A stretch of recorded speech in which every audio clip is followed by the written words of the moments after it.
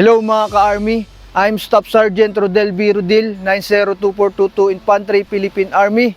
As a training NCO dito sa Division Training School, 2nd Infantry, Jungle Fighter Division, Philippine Army. Bilang isang training NCO mga ka-Army, kami ay natasang hubugin at sanayin ang mga napiling mga kandidatong aplikante para maging isang ganap na Army.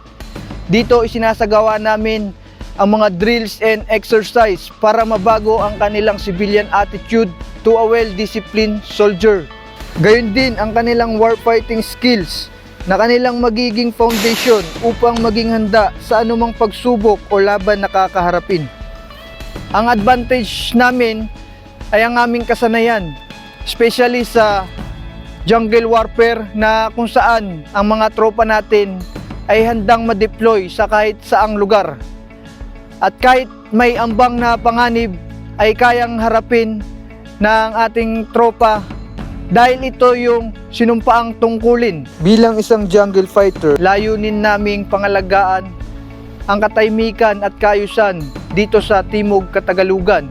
Ang mapagsilbihan ang ating mga kababayan para sa mapayapa at progresibong pag-unlad ng ating komunidad. Kami po ay handang maglingkod upang mapanatili ang kaligtasan at katahimikan dito sa Timog Katagalugan.